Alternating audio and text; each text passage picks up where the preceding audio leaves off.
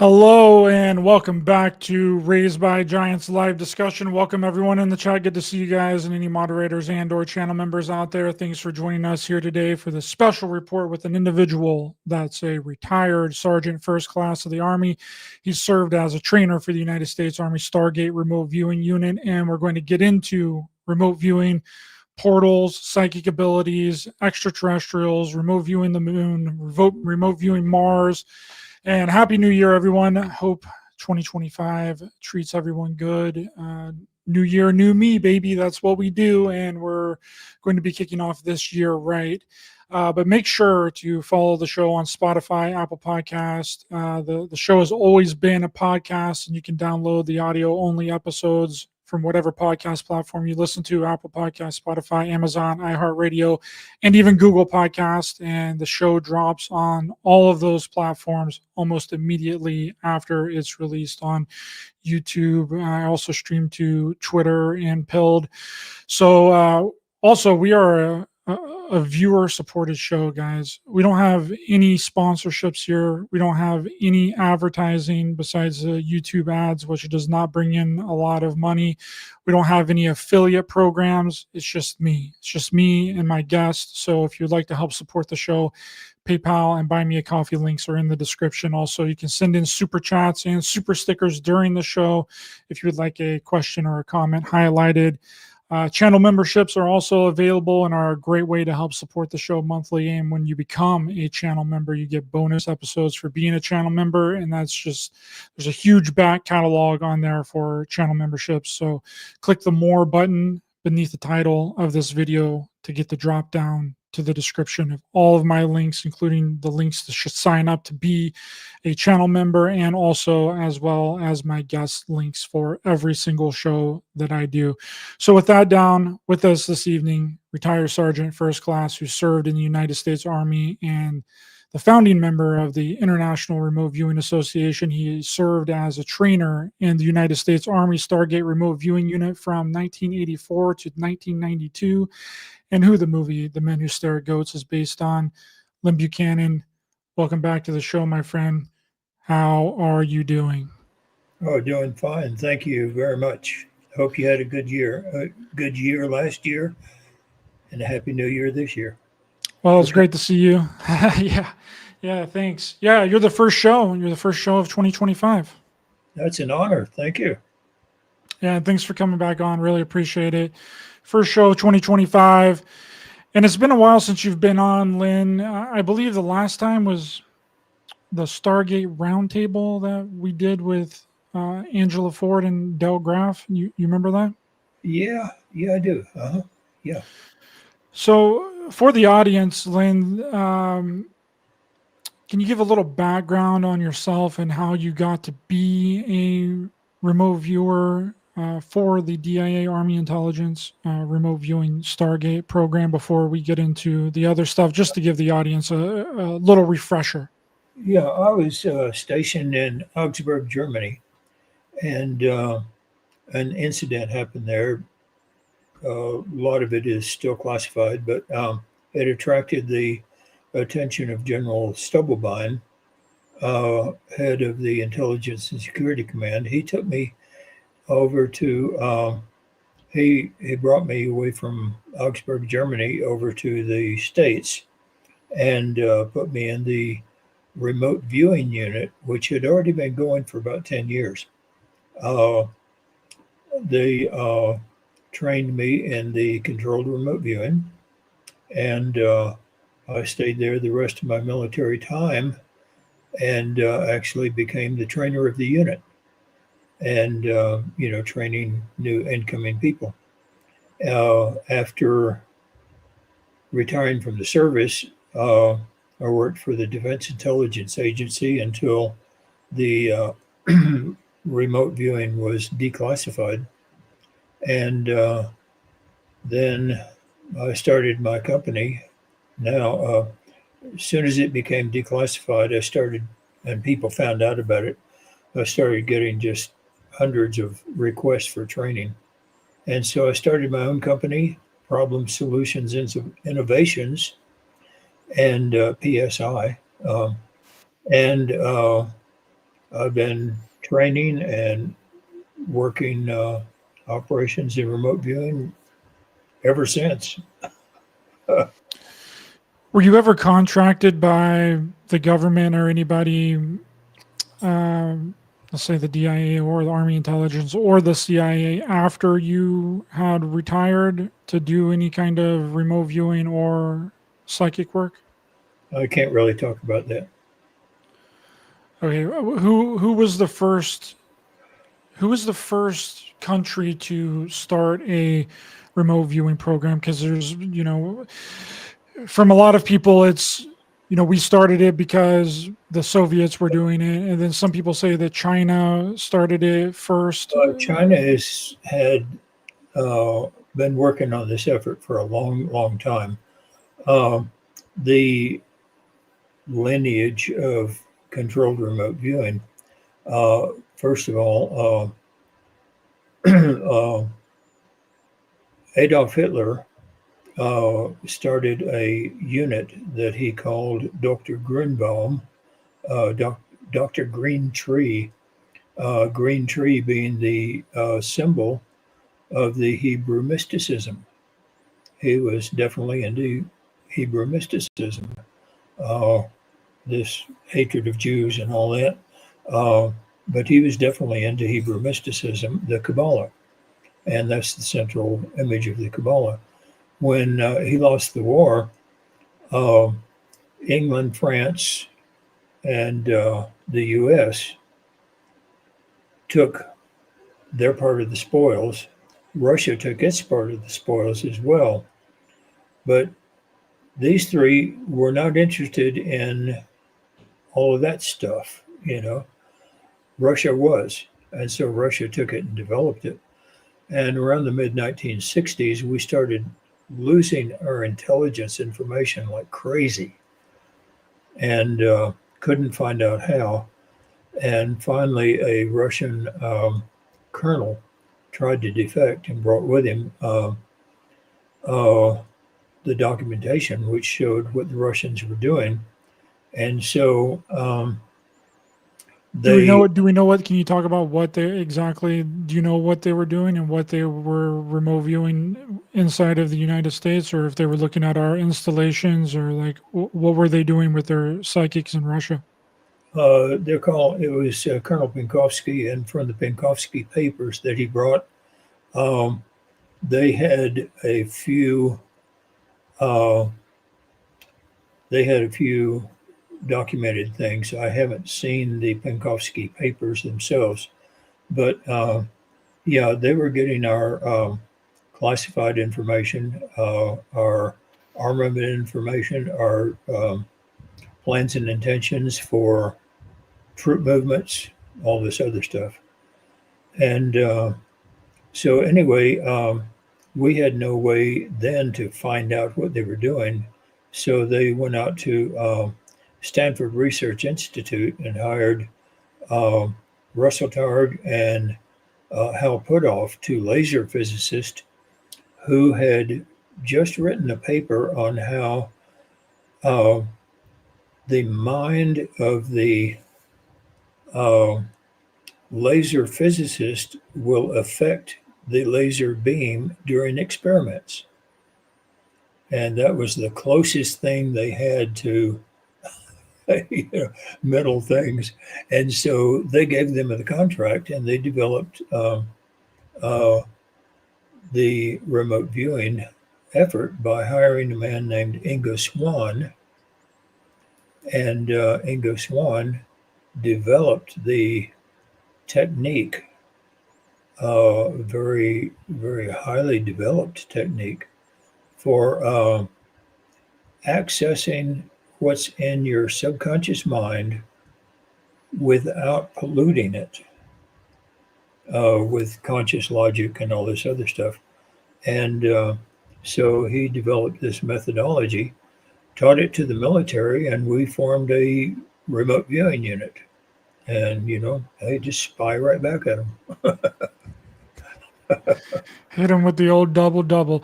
Now, there's You, a lot of contingency of who actually coined the term remote viewing. Some people say Russell Targ was the one that coined it from going to China, and you know, because China was apparently doing studies on children, and he coined it from those kids. And then other people say that Ingo Swann was the one that created remote viewing. Do you have any comment on the term Uh, remote viewing? Do you have any comment on that? when I was talking to Ingo, I asked him about that, and he said to me that a man who was working with him in some of the studies, and I cannot remember the man's name, uh, called it that, and he took it up. Yeah, and So it was more Ingo Swann than Russell Targ. from what Ingo said, it was the guy that worked with him. Yeah. Okay, that makes sense. Now, you mentioned World War II and Nazi Germany and them doing these types of experiments. Was these remote viewing? Because I'm not familiar with the remote viewing or psychic experiments unless it's connected to Yeah. MK Ultra during World War II. Were there any connections there with what they were possibly may have been doing with mind control in Nazi Well, Germany? yes, in that Hitler's thing was mostly mind control, and when the Russians took it, they turned it into what was called Donley Gypnus, which means remote hypnosis. And the spying effort for the Russians, I think, was just an offset, just something they found worked. And but their main effort was to mind control, and and they actually got pretty good at it. And so, anyway, when it came in to the U.S., what we were concerned about was they were getting secrets, and they said, "Hey, if it works and we can get their secrets, let's do it." you know, and so the effort in the U.S. has been intelligence collection, whereas in Russia it was actually mind control. What's called remote influencing. Yeah.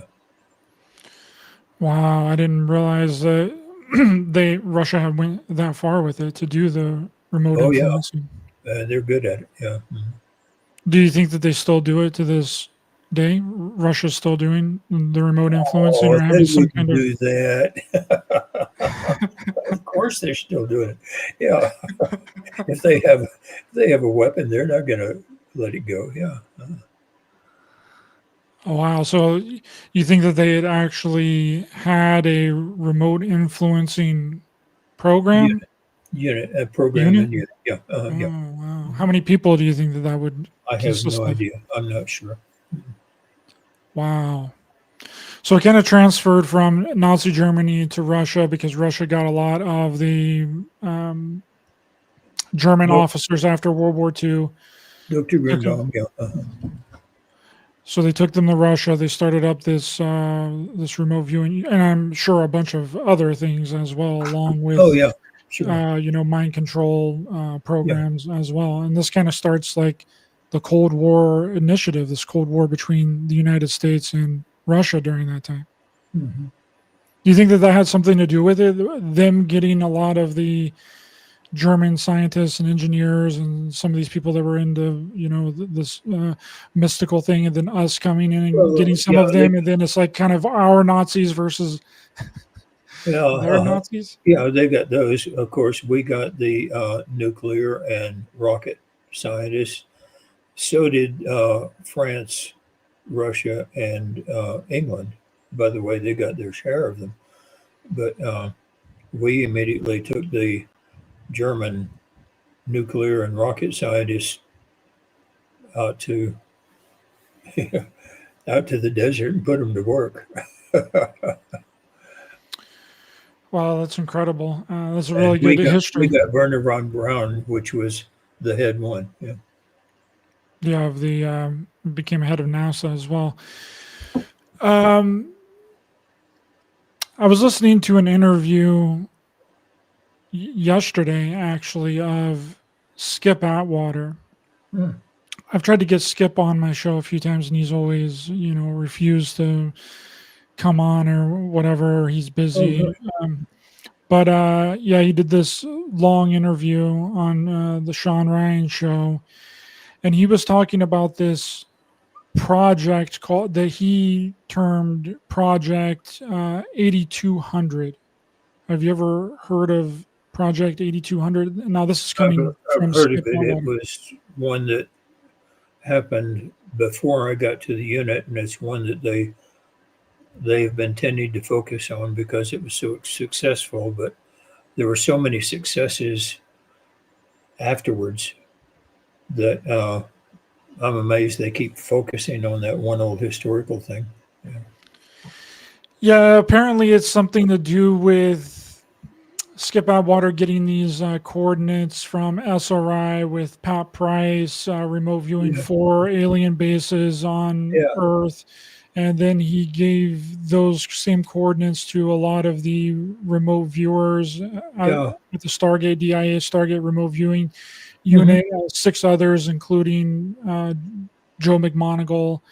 Yeah. And And after I got there, he was still giving. I got the same tasking. Yeah. Hmm. so you were one of the 6 that also remote viewed the 4 bases? Not the historical one. What happened was after the historical one was finished, then as people came in, Skip would give that same tasking to see if there were any changes to the situation, and there were changes, and so we kept up with the changes, but those changes were not added to the historical uh, project, which is already finished. What did you see when you remote viewed these? What was your impression? Because I think that's what it is. It's an Well, impression. the one in Australia was visitable, and they didn't mind, and uh, kept good information on that. The one in Alaska was fairly. It was still there, but it was fairly closed down. It was just almost non-operational when I was there. Years later after the uh, major project. The one in Zimbabwe had turned into a basically a uh, maintenance facility for repair and all that, repair and maintenance of the what we call the UFOs and all that. Um, I never got tasked with the one up in the Pyrenees, and so I'm not sure about that one. Did these seem like? Did you get the impression that there were humans inside of these bases, or something There else? were there were humans being used, yeah, but they were alien, yeah. How long did you get the impression that they had been there for? Were they really old, or were they something of recent times? Oh yeah, no, they're old establishments, old facilities, yeah. Uh-huh. What would you guesstimate them, like thousands of years? I have no idea. I didn't. I wasn't tasked to view that. Uh, the age. I was just. I kept being tasked for the activities. Yeah. That makes sense. Now, when you said that like humans are being used by these aliens, in what way? Like to do their projects, to build these craft? Like what's going on there? Well, yeah. Just personnel, maintenance personnel, things like that. Um, Other viewing I've done. Okay. Uh, they say the Anunnaki and all that, when they left the earth, uh, they were here and they had human slaves doing the, digging for gold and all this other stuff. Well, they took slaves with them. And so they've had humans all along. Well, when they come back here, of course, they're going to bring their worker bees with them, and many of those are human. That's really interesting. Gigi brings up a really good question. Lynn, you said aliens. Where do you sense they were from?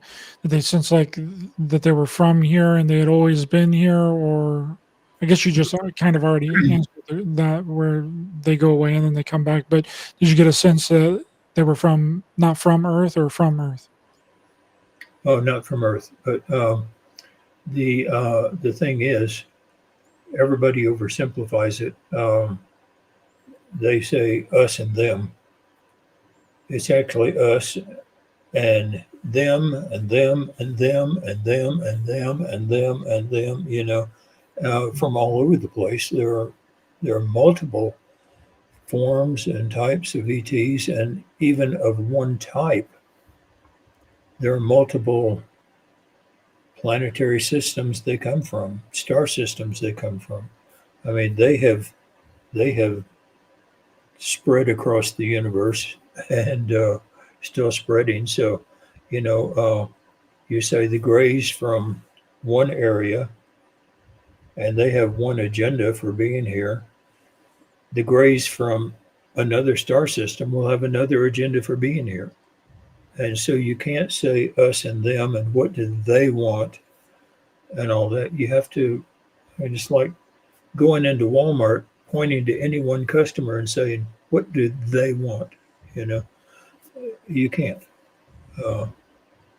So it's not a simplistic type thing. It's very, very complex. And there are those who are hostile to us. There are those who are favorable to us. And so people say, oh, they are hostile. Yeah, some of them are. Or they are friendly. Yeah, some of them are. They want to help us. Some of them do. you know, uh, you can't generalize the situation. If you do, you miss it completely. Loretta brings up a really good point because also in this Skip Atwater interview, he brings up the alien. Now, Skip isn't a remote viewer, right? He was just a trainer at the unit, correct? He wasn't actually a trainer. In fact, he was the just the operations officer, but he did not remote view. Now, I think he teaches a form of mental access that they term remote viewing. This nowhere near the military thing at the Monroe Institute, but he does a lot of research now at the Monroe Institute, and but no, he was not a trainer. He was not a remote viewer. No. Well, you just busted him because he said that he was a trainer. He said that he was a trainer Well, in the unit he for. was a monitor. In fact, almost everything we've ever learned about monitoring a remote viewer, we learned it from Skip. I mean, he is the absolute best there is. Uh, Skip can sit at the table as a monitor, and I guarantee you the viewer will do a much better job, get much more information, and it'll be more accurate simply because he is there guiding the session. But I've never known him to actually teach. Now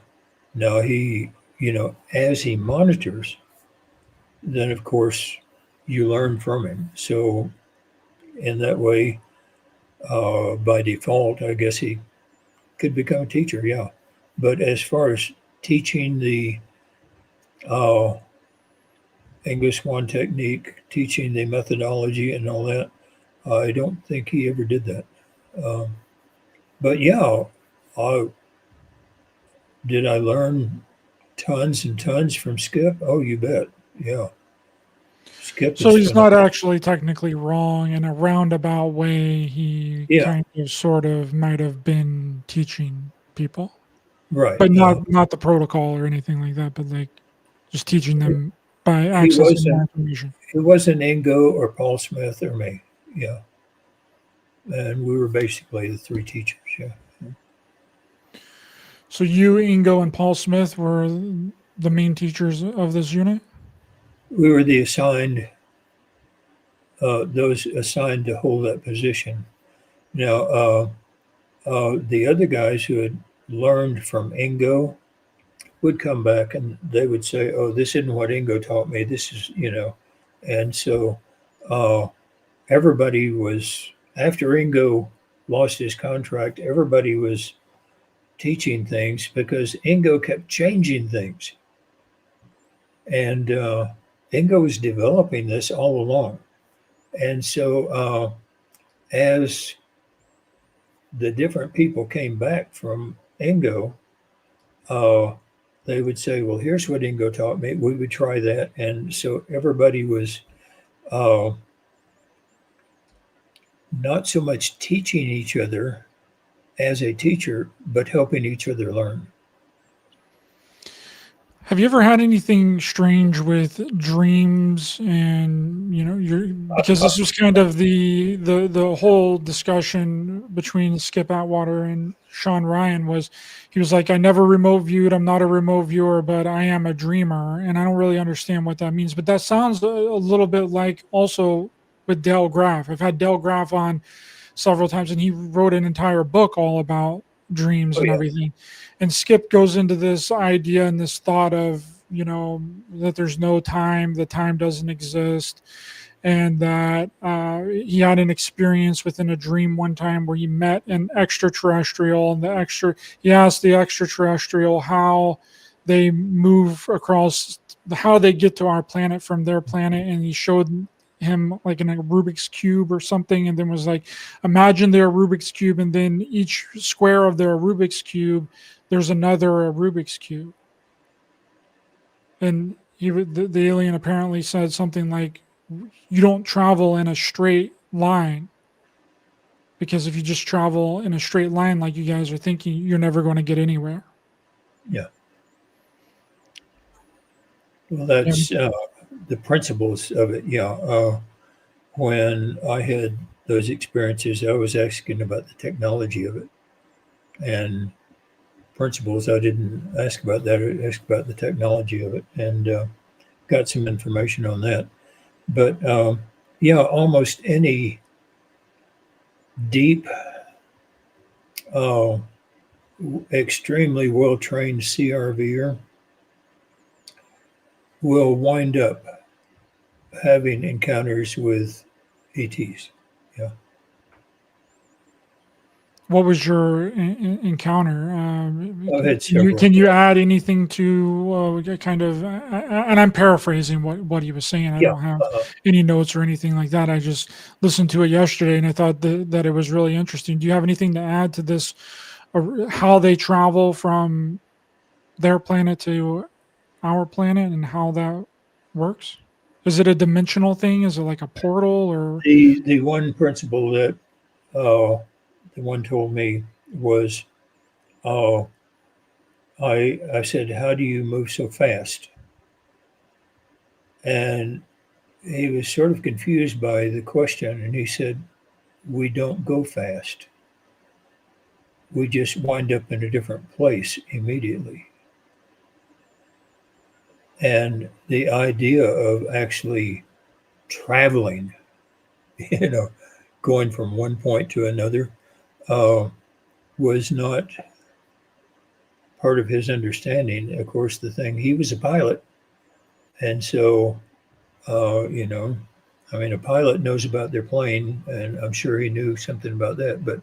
Uh, but that was his point. He was sort of confused by the question, and he said, "We don't we don't go fast. We just are in a different place immediately." That's almost exactly like what remote viewing is, right?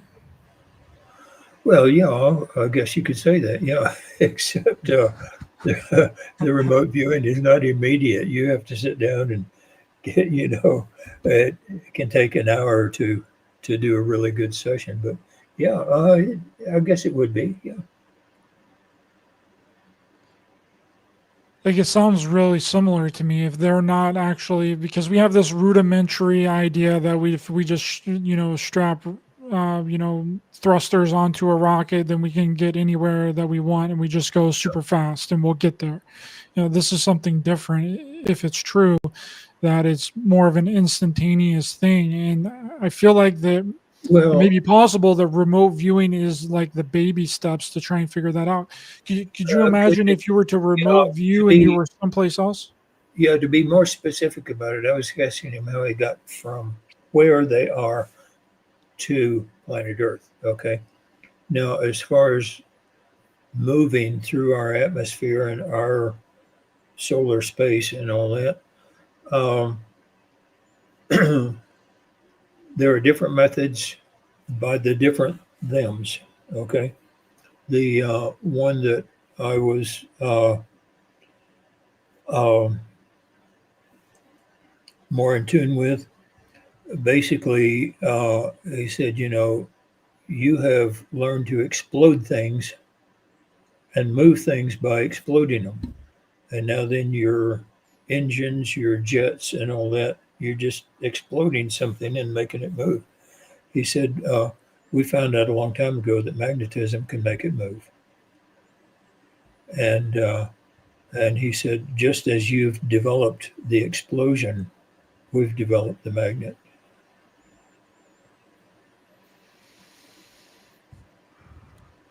Yeah, let's stay on that train of thought with this idea, because if you were to do a remote, like you said, it takes a couple of hours to get a really good session in, but Right. could you imagine if you were doing a remote viewing session and you were able to somehow duplicate your physical body but in the remote viewing state and then go around and control things but really not even be there? Oh, the controlled remote viewing developed by Angus One at its most highest stage has a thing called bilocation or perfect site integration. Bilocation, that's what I was thinking of. That's the Yeah. right word. There's a thing beyond bilocation, which is called perfect site integration. And at that point, you cannot tell that you're not there. You can interact with the site. Now, there are times when you may be able to control the site, but mainly uh, the site totally affects you as though you were there. You feel the wind on your face, you feel the sun on your face, you hear the sounds, you can read the signs on the wall.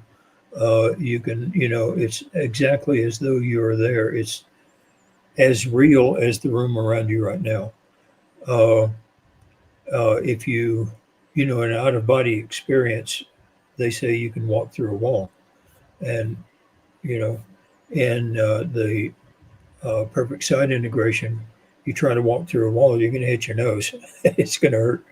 Uh, it's as though you're actually there. But for you to actually do something and cause something to happen, uh, we haven't gotten that fully researched or how to do it yet. We don't know how to do it. Well, I mean, that would make a lot of sense if it was a very advanced form, like what you're mentioning, that they're doing, because that's another thing that was brought up.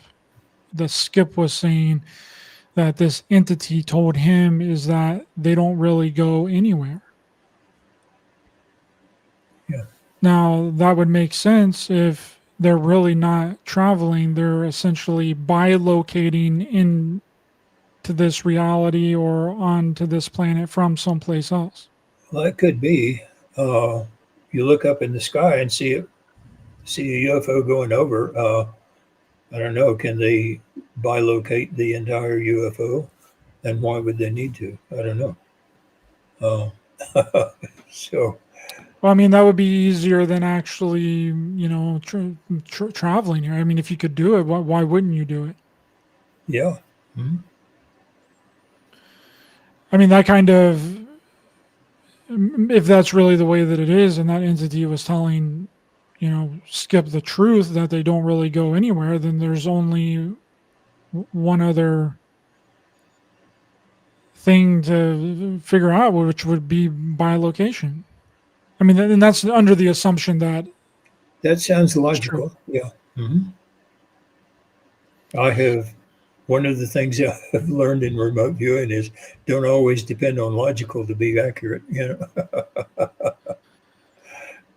Right. Yeah, I agree. And have you ever seen a portal? Because it's just it's just all kind of clicking for me right now as I'm talking to you. I mean, we're essentially, if you're a remote viewer, you're essentially opening up a portal Mhm. inside of your own head. Would that be a correct statement?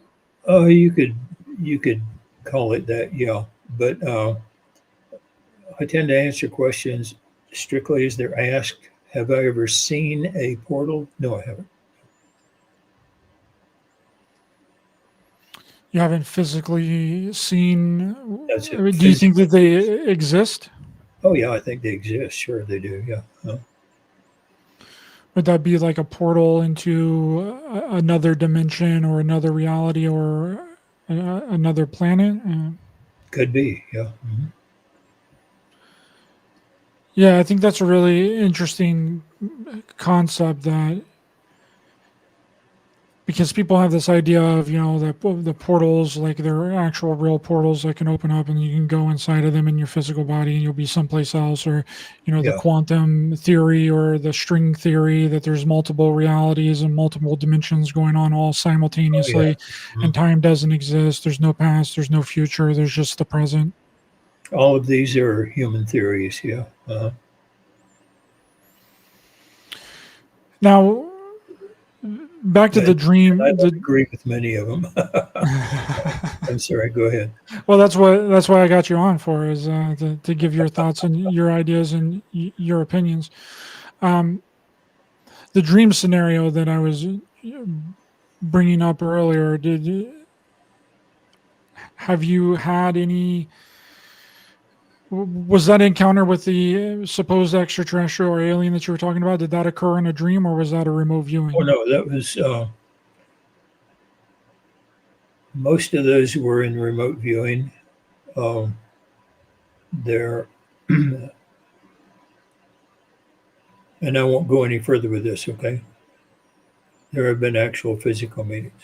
Okay, and but the almost all of these have been through remote viewing. Yeah, Can you say with who? Physical no, meetings with who? no, Okay. Do you know when this happened? I know when it happened. Yeah. Can you give a ballpark, like No, 60 years ago, I 70 don't years talk ago? about these. No, I don't talk about these. No. But 99% of the uh, things have been through remote viewing. Yeah, With you personally, but you know people that have come face to face with them in a meeting. physically, yeah. Oh, yeah. But yeah, but the remote viewing is actually uh, better communication, better information transfer, uh, better experience, everything else. Yeah. When you were remote viewing them, was this something that you were tasked to do, or was this something that you were doing on your own as No, a, generally, I was tasked to do it. Well, I was tasked to do it, but I need to make this caveat here. We were never officially tasked through military channels to do ET work. Okay. We were never officially tasked. Now, if a 4-star general comes in and says, I need the answer to something, what are you going to say? No. No, you don't say no. You just do it. Yeah. So you're confirming that that has happened to you on. That there were personal interests within the military and the government by many people who, and some of those people had access to us and could ask us favors.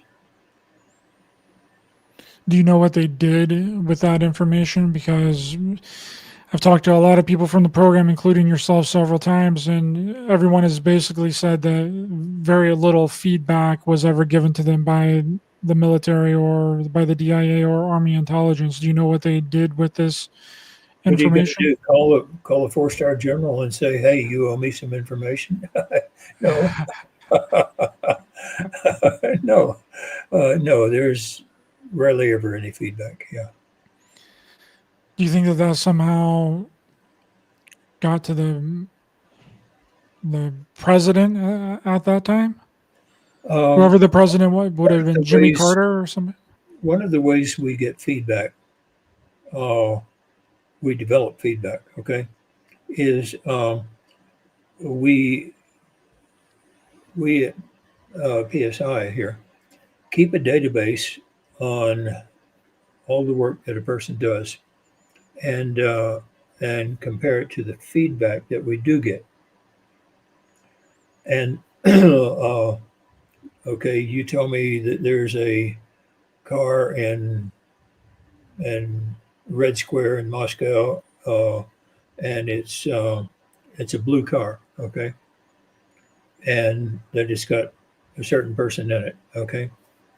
We would then say, describe the person who's in it, and if we got feedback, we'd get your descriptions. We'd also say, was the car blue? Because we want to know how good you are at colors, okay. And by keeping this data, we over a long period of time, we know how accurate you are in colors and shapes and sizes and purposes and sounds and smells and tastes and all that.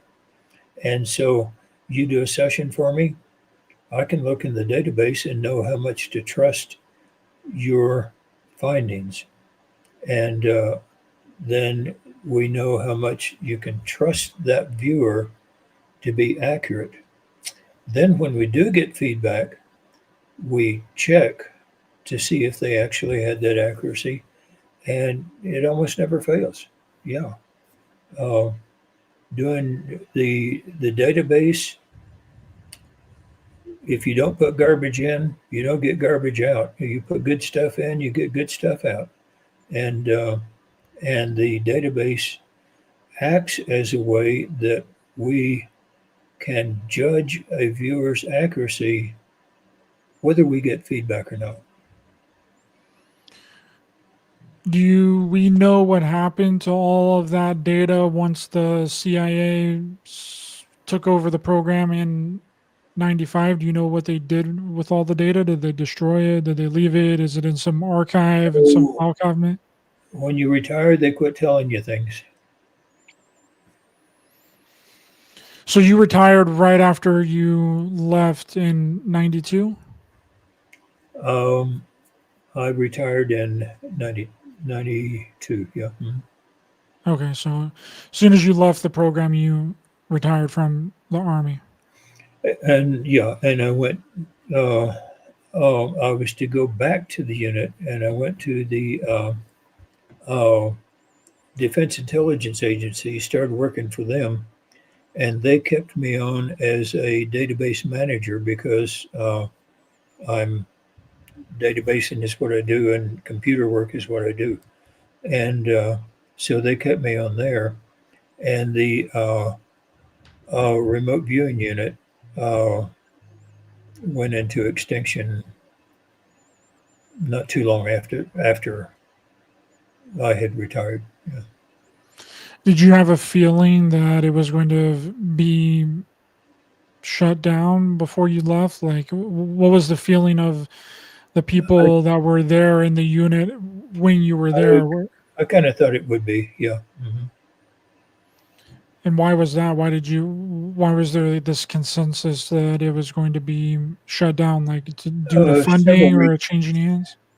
several reasons. The main reasons that are that in DC, uh, there are two main reasons for anything. One's politics, the other is money.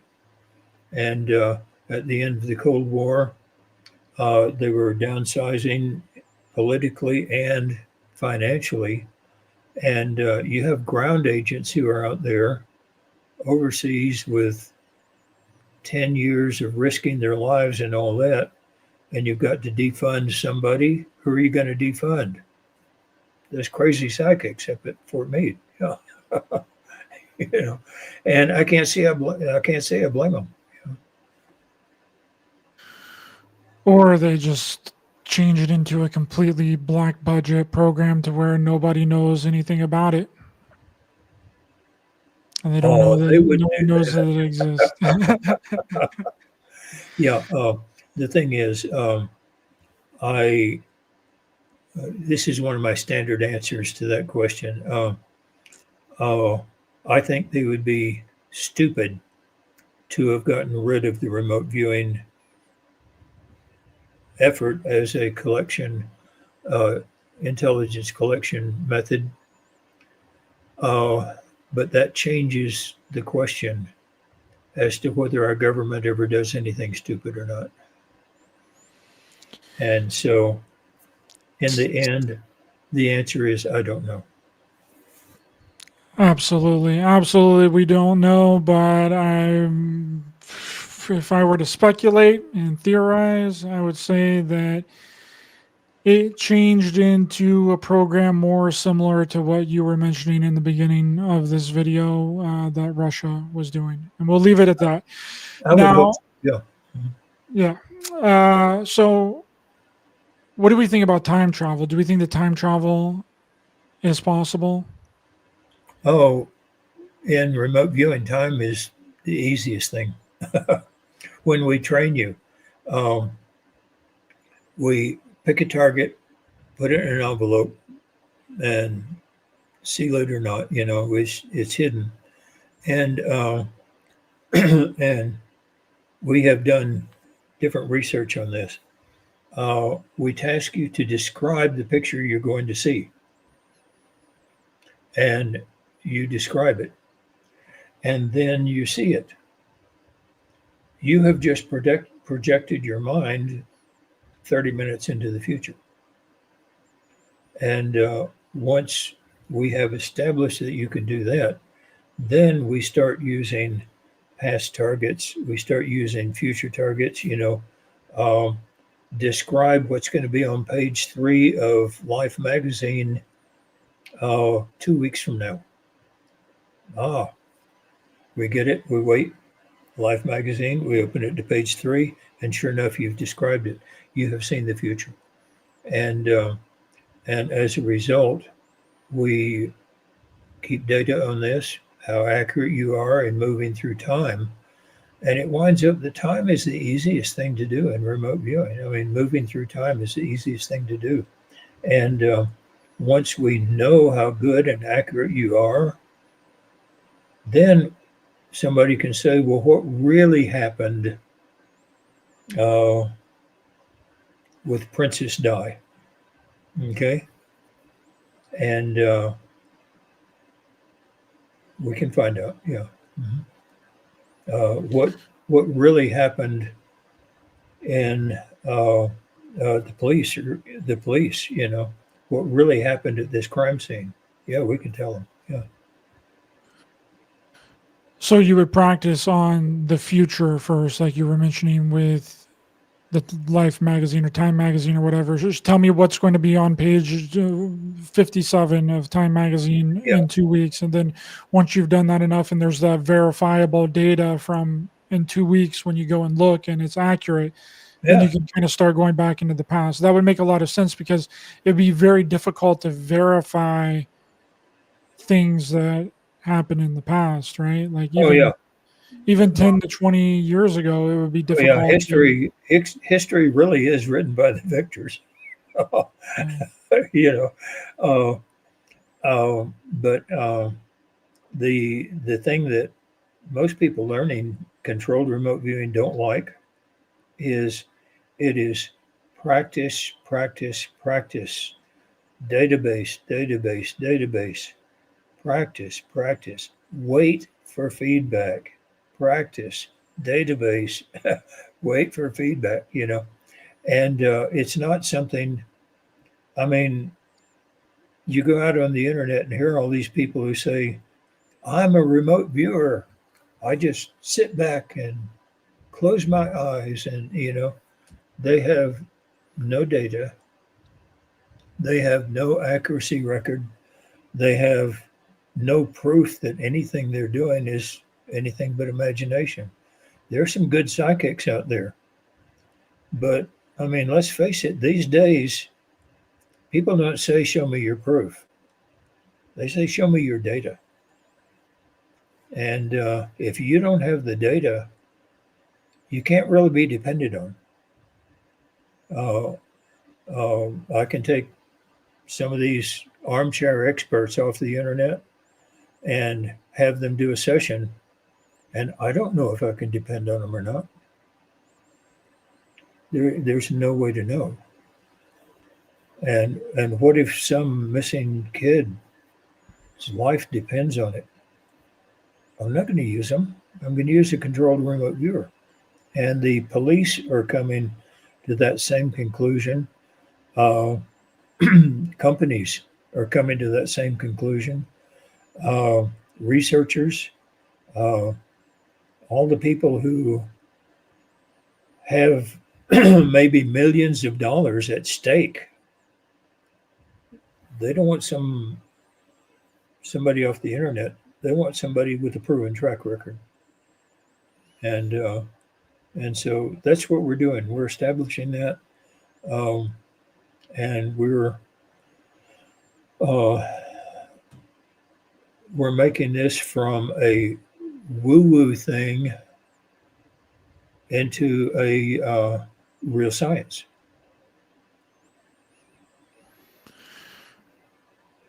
Why do you think that these people would claim that they were remote viewing when they're just using their imagination? Do you think that it's because it's the popular thing to do? It's kind of like a trending thing right now. It's gone out of like mediumship and stuff like that, Yeah. and they think that there's something to it because the government was doing it and you were involved in those Well, programs. So therefore, now that they can say that it's not that they're not necessarily channeling anymore, they're not doing one of these various well, methods all of of the psychic getting stuff information. all of the psychic stuff is now falling under the term remote viewing. When it may be dowsing, it may be tea leaf reading, it may be crystal ball reading, or anything like that. It's all being called remote viewing. But the thing is, why, when you ask why are they saying those things, I think part of it is because they haven't studied and they don't know the uh, the actual history, and they don't actually know what the formalized remote viewing is. And the other thing is, I think they're saying it, that they're remote viewers because they believe it. I don't think they're being dishonest. Uh, I think they just don't know what remote viewing actually is. They've been told that they're a remote viewer, and so they believe it.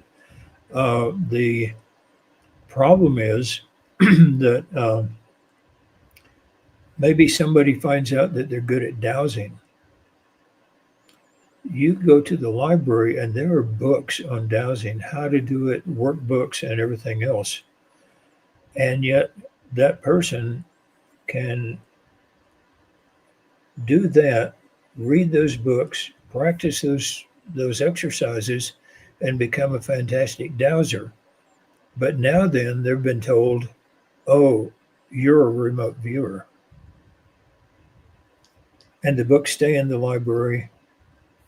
The historical knowledge about dowsing never gets to the person who would otherwise be a fantastic dowser.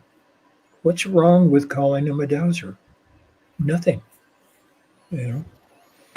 What what is the definition of a dowser?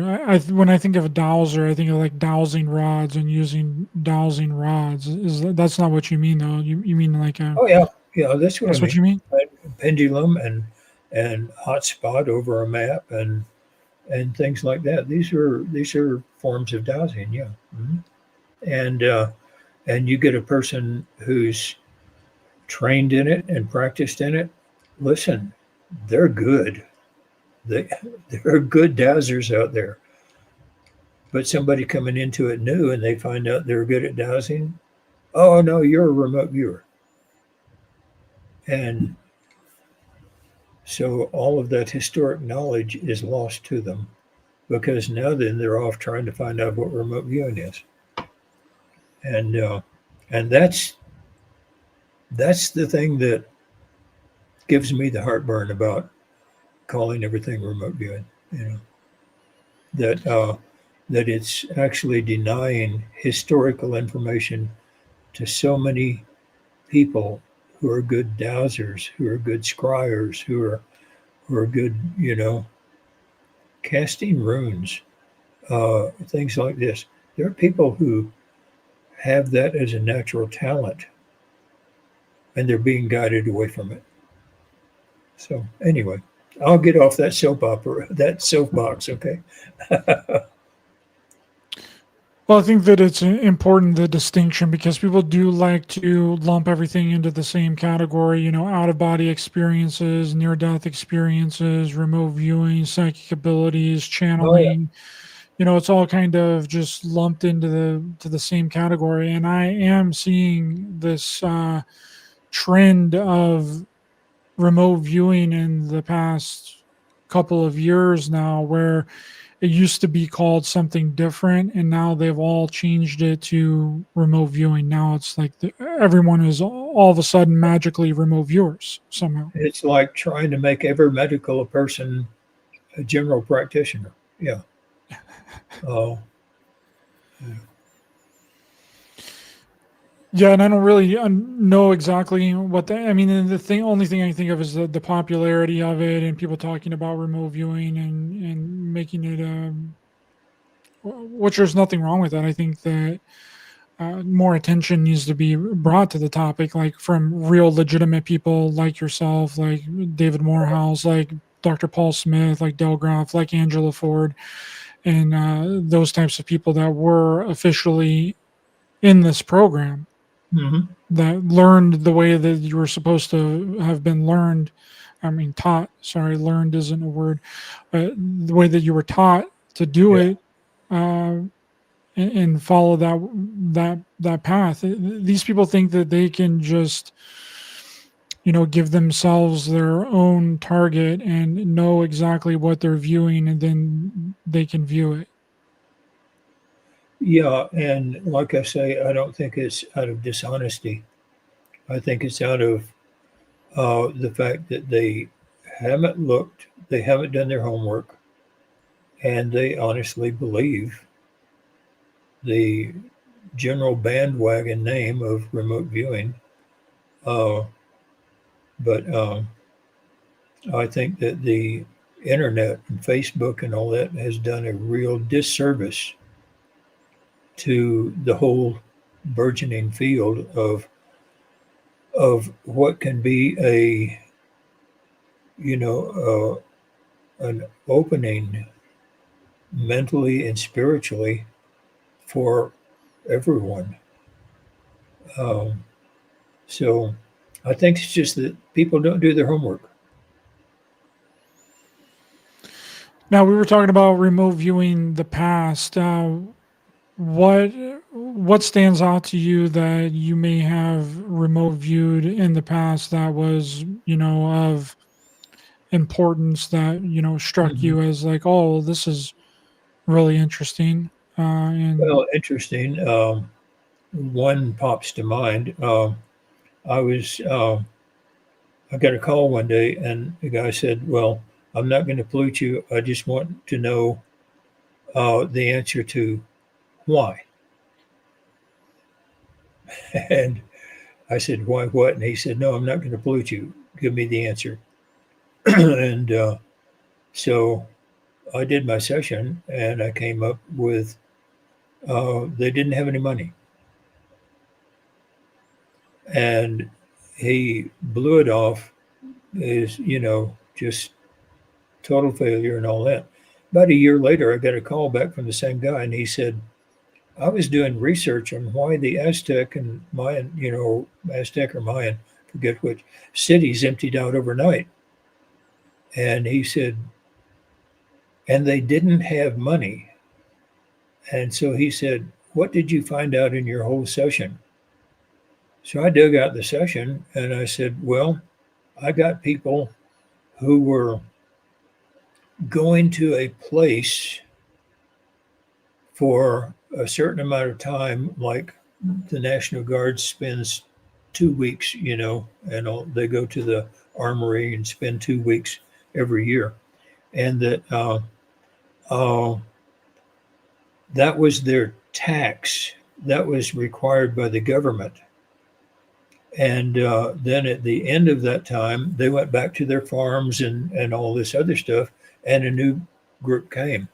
And one day the government fell and didn't require it anymore. So some went home and nobody came the next day.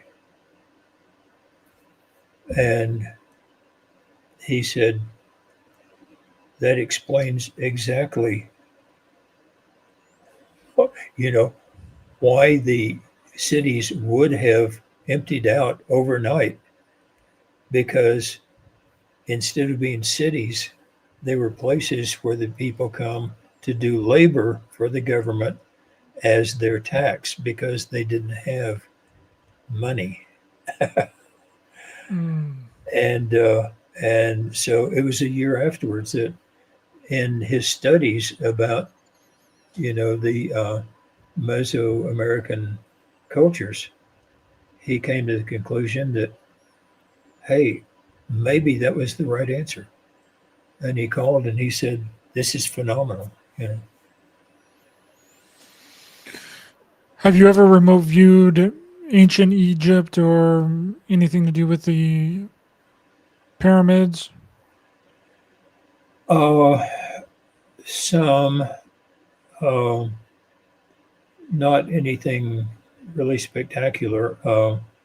I've been tasked with the Sphinx, but as far as the pyramids or the culture or anything like that, I've never gotten that tasking.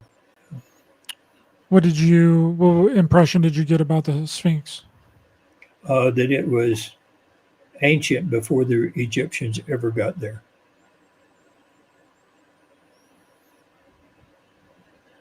And that one time it was almost completely buried in the ground.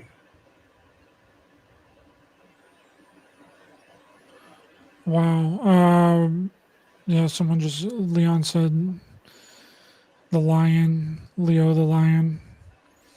Have you ever looked into or remote viewed the Bermuda Triangle or any of these interesting triangles like the Great Lake Triangle or the Alaskan Triangle where, ships and people and planes and everything go missing? I haven't personally been tasked with it. I don't, on all of these type of targets, I generally don't bother with them unless they're tasked to me.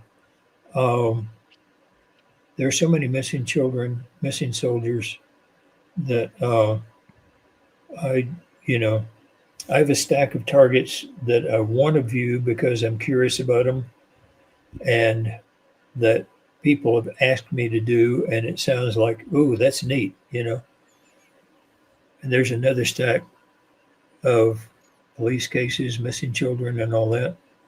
And the stack over here, I'll never get to it. There's so many people out there needing information, businesses that need information, researchers that need information, police, agencies, and all that actually need information and have nowhere to get it. I don't have time for these targets over here.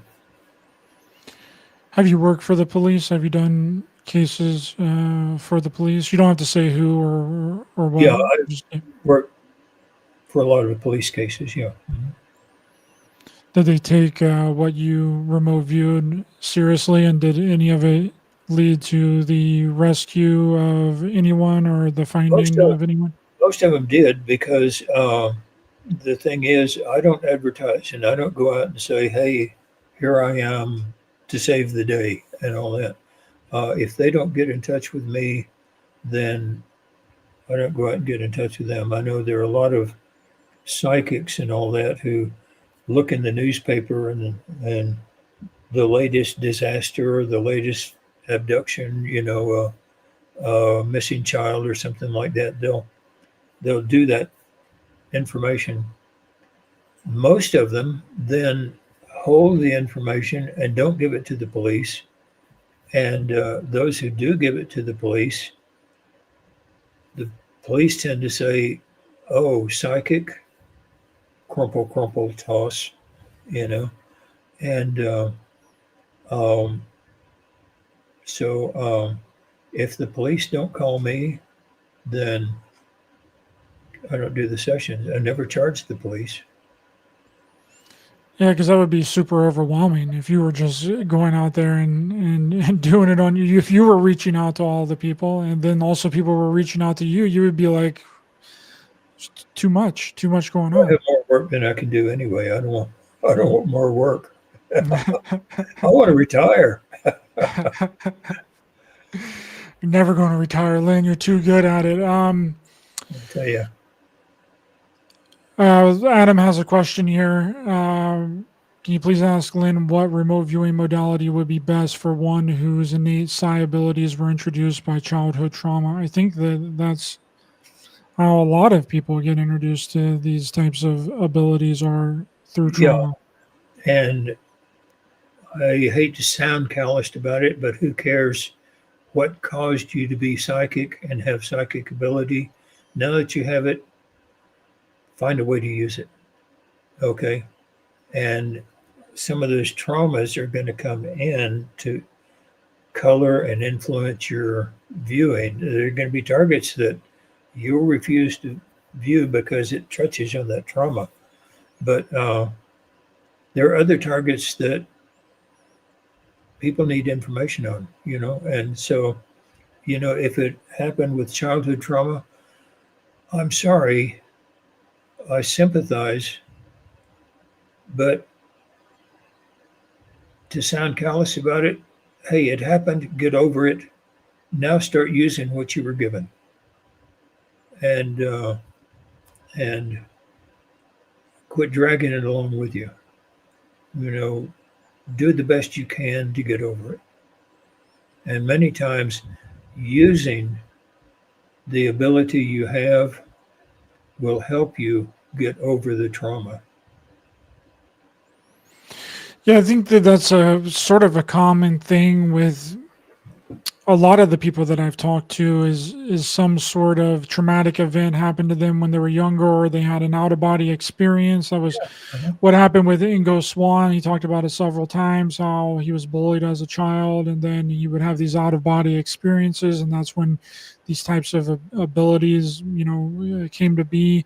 Several people with the near death experiences, they come back with some sort of ability that they didn't have before.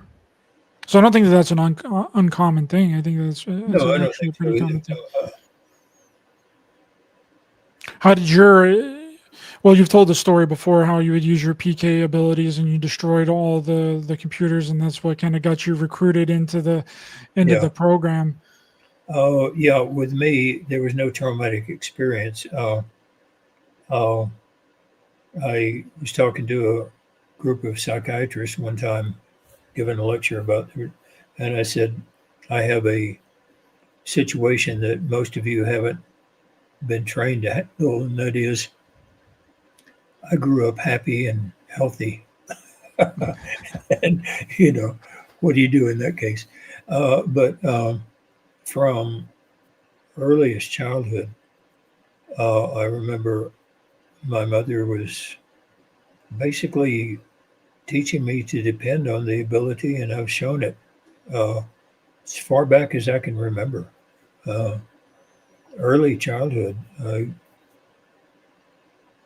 was predicting things, knowing things before they happened, and such as that. So it's been just a natural thing that has grown up with me. Same here. I was the same way. I was able to know what song was going to come onto the radio before it came onto the radio. I would get it right every single time. I'd be able to tell you who was at the door if someone knocked without seeing them, see who Hmm. pulled up. Like I had a lot of those, and I was really good at pulling like really good Pokemon cards out of packs. Oh yeah. If I watched like a commercial for the new, I mean, this was like back in the 90s, like the old commercials for like Pokemon cards, and I would see the card that everybody wants. I would just put that card in my mind, and then my dad would take me to go get a pack of Pokemon cards, and I would pull that card. And I would tell him before I did it, I was like, Dad, Yeah. I'm gonna get the Charizard card. And boom, the first pack that I opened, I got the Charizard card. Yeah. Uh-huh. Every time it worked like that. But then Yeah. I'm just kind of, life just kind of came in, and I didn't know what that was. I didn't know really what was going on, other than whenever I was really young. I've told this story a couple of times before, but when I was really young, I would sleep in my parents' room because, as a kid, kind of afraid of the dark and stuff. But at night, I would see these creatures or these beings like morph out of the walls. Hmm. And they never hurt me. They never touched me. They never did anything to me that I can recall. But I told my parents about it, and they took me to an eye doctor because they thought that something was wrong with my eyes. And they took me to the eye doctor, and the eye doctor was actually a really, generous guy. And he was like, I think that there's something more Hmm. going on here. And he gave me these like little cards. They look like business cards, Yeah. but I distinctly remember it. It had these like bullseyes on. There was like three of them, and he said, "Can you make these bullseyes pop up off of the card? Like, can you visualize these bullseyes coming off of the card?" Hmm. I was like, "Yeah, I can." And then he gave me something else to do, and he was like, "Come back and see me whenever you can do this other thing." And then I just never went back, Yeah. and that was Mhm. kind of the end of it for me. Yeah. I know one time in the military, this guy was showing card tricks, and he was really good at them. And so all of a sudden he plopped the deck down to me and said, "Now you do a card trick." And I said, "Well, I don't do card tricks." And he said, "I don't care, do one." And I said, "Okay, I'm going to turn my back. I'm not going to touch the cards. You have them there on the table. I want you to pick up the deck, shuffle it as many times as you want, as well as you want. And you're a card shark. You know how to shuffle cards and all that." And so he did.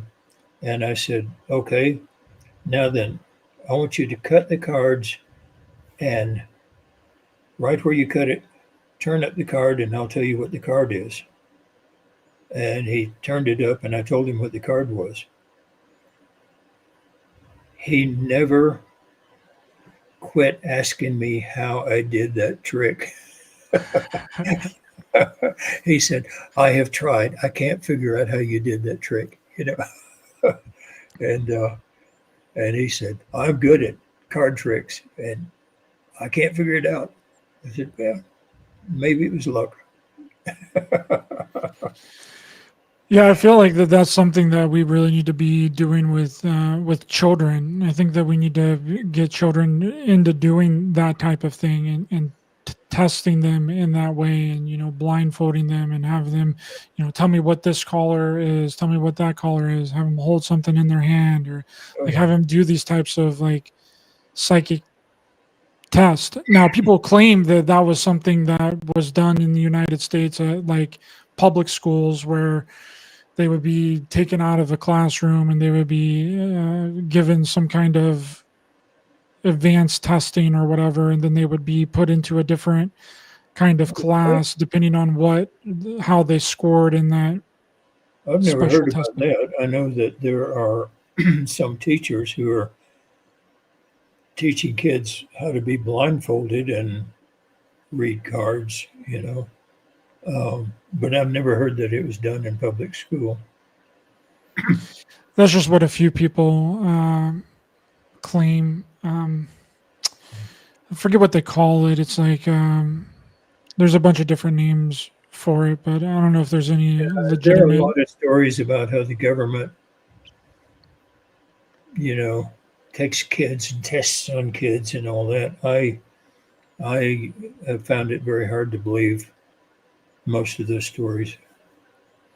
Yeah, because military wasn't involved with any children at all, period, right? Right. Well, not that I know of. Yeah. Just like they can't prove it did happen, I can't prove it didn't. So I just, Right. personal Yeah, belief, right. I don't think it ever happened. Yeah. Yeah, you're between a rock and a hard place. There's a word for that where you can't. I can't think of what the word is. Reality. Yeah. Well, Lynn, thanks so much for coming on, my friend. Really appreciate it. It was a wonderful conversation. Always enjoy Hey, I enjoy having you talking on. to you. I always enjoy talking to you. You're a good host, and you talk about good things. Well, you're welcome on here anytime. I got your website in the description of this video for people to check out. But can you let everyone know where they can, if they would like to get a hold of you, if you would like to plug any website, or let people know where they can do It's that? CR Viewer, CRVIEWER.com is my website.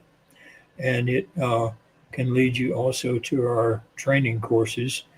It also has a lot of free targets that you can practice. We don't track anybody. We don't ask for your information. We don't anything else. It's just there. It's free.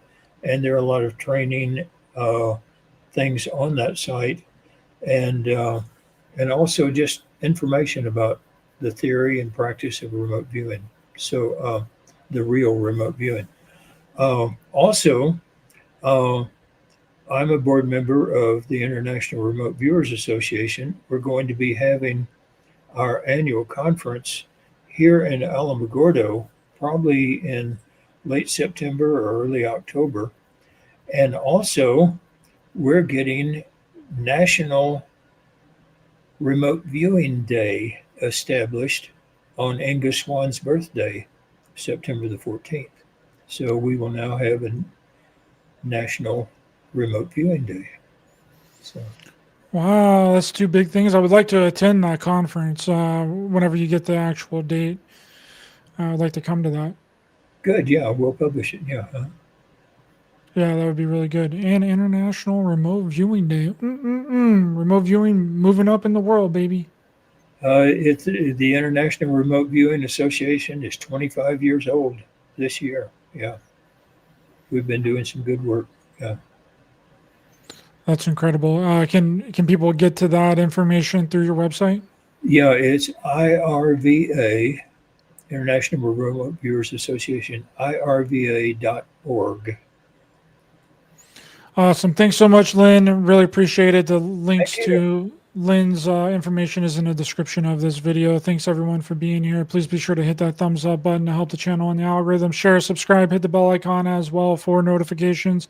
And we'll see you guys next time. Bye-bye.